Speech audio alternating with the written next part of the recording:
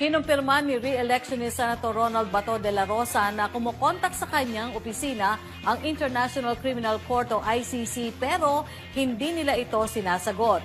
Pinasya nitong deadmahin na lamang ang anumang komunikasyon mula sa international body dahil batid naman nilang bahagi pa rin ito ng demolition job laban sa kanya at iba pang kaalyado ni dating Pangulong Duterte.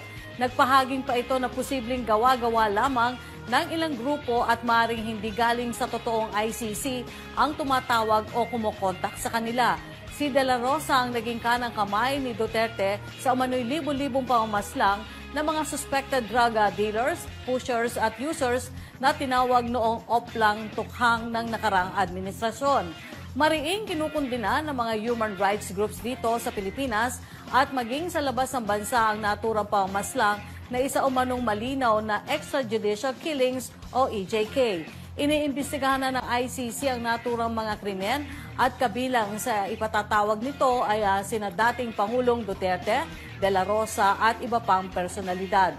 Maging ang Kamara ay nagsimula na rin kalkalin ang katotohanan sa likod ng EJK, sabi noong Quad Committee nito.